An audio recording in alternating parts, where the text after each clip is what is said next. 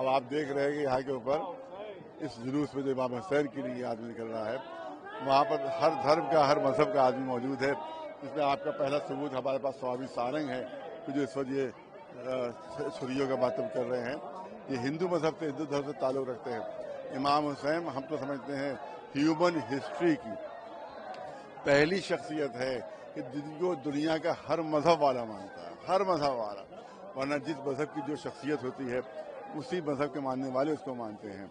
लेकिन सिर्फ अकेली, यानी इसमें रसूलुल्लाह जो है वो भी शामिल नहीं है, इसमें मौला अली भी शामिल नहीं है, सिर्फ इमाम हुसैन अकेले कि जिनको पूरी दुनिया में उनके जिनका गम बनाया जाता है, पूरी दुनिया में जिसके सामने लोग सर झुकाते हैं, चाहे हिंदू, सिख, ईसाई कोई हो। इसीलिए आपने देखे कि वहाँ हिंदुओं के ताज़िए उठते हैं, हिंदू राजाओं के ताज़िए उठते हैं, झांसी की रानी का ताज़िया उठता है, और हिंदू औरतें जो है रात भर, जो कल की रात गुजर गई, रात भर ताज़ी के सामने मातम करती हैं। काहे के लिए? उनको इस्लाम का नाम भी नहीं मालूम है, उन औरतों को इस्लाम का नाम भी नहीं मालूम है, मगर हुसैन की शहादत को मनाती हैं, क्योंकि इमाम हुसैन ने पूरी इंसानियत के लिए जान दी थी। और सबसे बड़ी खसूसियत, सबसे ज़्यादा गम हम तो समझते हैं हिंदुस्तान में मनाया जाता है इमाम हुसैन का। उसका सबब यही है कि यही हुसैन ने यजीदी लश्कर से कहा था, मुझे हिंदुस्तान जाने दो, मुझे हिंदुस्तान जाने दो।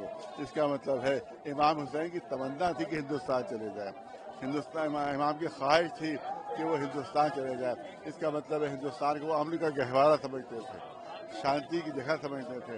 इसीलिए इमाम हुसैन ने फरमाया मुझे हिंदुस्तान जाने दो।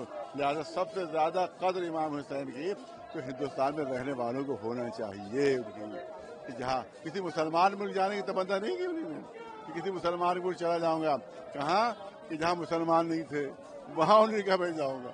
इसका मतलब है हिंदुस्तान की उनकी निगाहों में इतनी इज्जत थी कि उन्हीं ने कहा आज से 1350 साल पहले इमाम उस पर मोहम्मद बिन कासिम ने हमला किया था, न उस पर यहाँ पर कोई मोहम्मद गजनवी था, न यहाँ पर कोई और नादिर शाह दुर्रानी था, कोई नहीं था। इमाम हुसैन उस वक्त कह रहे हैं मैं हिंदुस्तान जाऊँगा।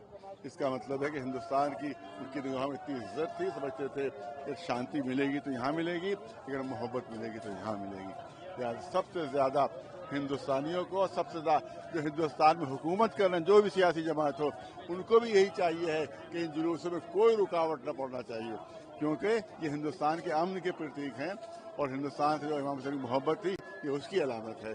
ज़्यादा हुकूमतों से हमारी गुजारिश यही है कि इसमें कोई और जो यजीदी होंगे वही इन जुलूसों के दुश्मन होंगे, लेकिन हमारा कोई भी हुक्मरान जो है हुकूमत करने वाला यजीदी नहीं है कोई। लिहाजा जब यजीदी नहीं है तो इन जुलूसों में कोई अड़चन न डाली जाए, इनको इसी तरह से निकलने दिया जाए, क्योंकि दुनिया पूछेगी यहाँ क्यों हो रहा है, तब यहाँ कहा जाएगा इमाम हुसैन कह चुके हैं मुझे हिंदुस्तान भेज दो। तो लिहाजा ये जुलूस जो है वो बहुत ज़्यादा ज़रूरी है, इनको होना चाहिए।